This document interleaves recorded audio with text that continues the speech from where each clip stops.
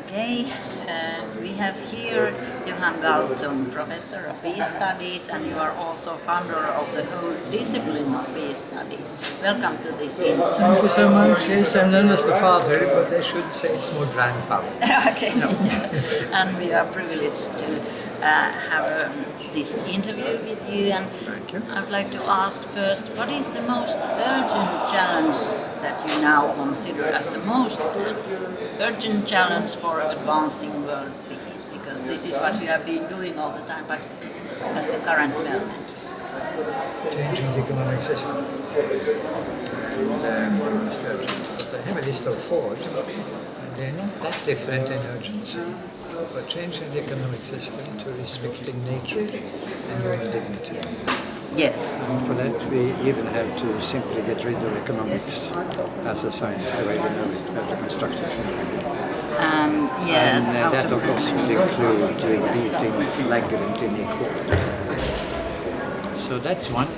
But there is another one which is about equally urgent. This is more than urgent enough. It's simply to substitute for the military solving conflict, solution orientation. Yes. And that means a lot of mediation. I haven't seen a place where there has been violence, with a little bit of understanding of all the parties and trying to work patiently to find a solution. Yes. But I made all the difference. Yes, that was, and because military has all the resources, if all these resources They have all the would be resources, converted. precisely. Yes. So you know, instead of victory orientation, solution orientation. Yes, So, yes, that urgent. yes. I have another one. Okay, good, please. You say you have 2,000 nations inside 200 states. 20 of those states are with only one nation, practically speaking. And in 18, or more than one nation. Only 4 of them have solved the problem of equality among the nations. In all the others, meaning 176, you have one dominant nation, and the others are living in the shadow. Yes. They are now fighting like mad. There you have the breeding ground for very many of the terrorisms. Yes. Very many. Now that has to be solved, and United Nations cannot solve it because United Nations is a trade union of governments. Governments agree on one thing. Yeah. They don't meddle into internal affairs. Yes. So they're just continuing. You see. So we are left in a very bad situation. Many of those nations that are suppressed, and I'll give you the names of 2 of the most important ones, Yes. the Pashtuns and the Kurds. Kurds, yes. 40 million and 24 million. Yes. We are fighting like that against the governments. Where could be a solution? Because if Federation. UN... Yes. Federation. Federation and confederation. Yes. Often you have a nation that is also in the bordering country. You open that border Okay. so that they can flow freely between Afghanistan and Pakistan. Yes. So I mentioned the Pashtuns. It's the breeding ground for the so-called Taliban. Yes. Hello, nice to see you there. And the Kurds, they are of course divided in 4 countries. Yes. So you have to have some kind of confederation at that point. Yeah, because at the moment it's a gridlock. Precisely. Yes. That's exactly it. Yeah. And I have still one. Yes. Yeah. The 4th one. Yeah. And the 4th one is cultural. That the Western world has appointed itself the universal culture. There is no such thing as universal culture. There are cultures. Yes, cultural diversity. Precisely. Yes. And they all have something to contribute. Yes. And we human beings can pick the best from all of them. Yes, it's a richness if we can That's it. combine. That's it. Yeah. But how to reach that kind That's of... changing very quickly now. The others are coming up. Yes. And you know, if the universal culture in the West was so fantastically good, it wouldn't suffer the situation it has today.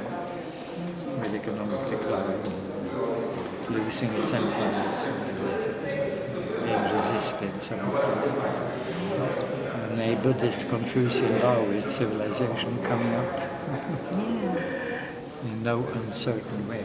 So things are happening. Yes, gradually. But I am quite willing to put the economic one as number one because people are suffering. They're dying.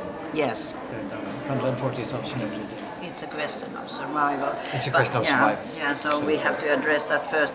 And one final question, when we think about the field of future research and future studies and specific methods, would you recommend some specific methods from the field of future studies to be used in this peace building approach and goal? I have been in both. And to me, the most important method in future studies comes from Taoism. And it is not to find a trend and extrapolate it, but it is to a very holistic description of some part of reality and to identify the basic contradiction inside it, the forces and counterforces. And then putting your ear to the ground, listening to the yin and yang. Yes. If the yin is dominating, you know for sure the yang is coming. Okay. They may strike a balance in the middle, they may, but that's not easy. Most likely the yang will come up, goodbye yin for some time. Now, this is a fantastic way of predicting events.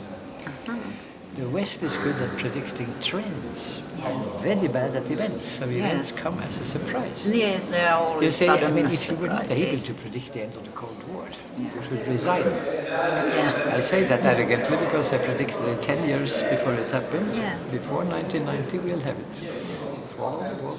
And with that the end of the Soviet Empire.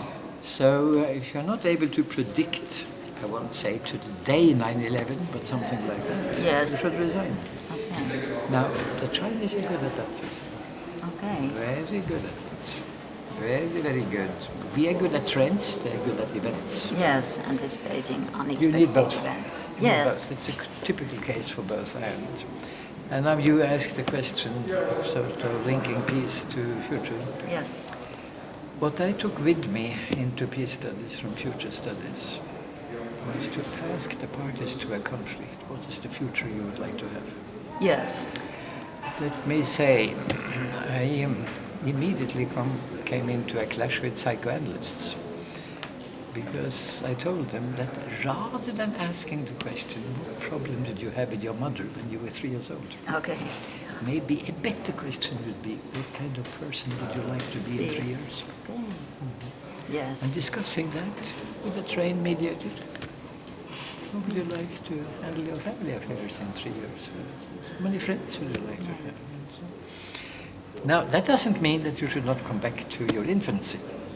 But put that a little bit second, put the future first. Yes. So that has dominated my whole mediation activity in 150 conflicts. 30 of them quite successful, some of them quite important, quite high level. And I can add what happened to me yesterday, which I didn't know when I was here. I got it only late at night. Question from the Italian government whether I could address the Italian government half an hour on alternative defense fatally. There are 8 of us being asked to do it, specialists around the world. So you see, that is future studies in practice. Yes. Yes. Now, I have one advantage the other 7 don't have. I speak Italian. Okay. So I'm trying to make the most of Yes. that. Yes. That may help. Make my mistakes, but that's only charming. Yeah. But it's important to emphasize the focus on preferred futures then. You have to Precisely. be ambitious enough to... Precisely, but you have to be reasonably precise. You have to spell it out in some detail. Yeah, not just say good life. We want good Precise. life. Not just some blah blah. General, Exactly. because otherwise it's not enough to really say we have to turn toward peace. You Yeah. have to say what does that mean. Yes. Exactly.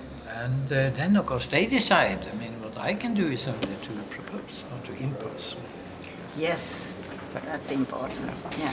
And to be a sort of, resource in the world for proposing. Could you remove this? Because they are waiting for you. The 2 on top are my favorites. They are signed. Okay. Look, I haven't called Malitza because I didn't want to disturb him, but I'm ready at 5 o'clock.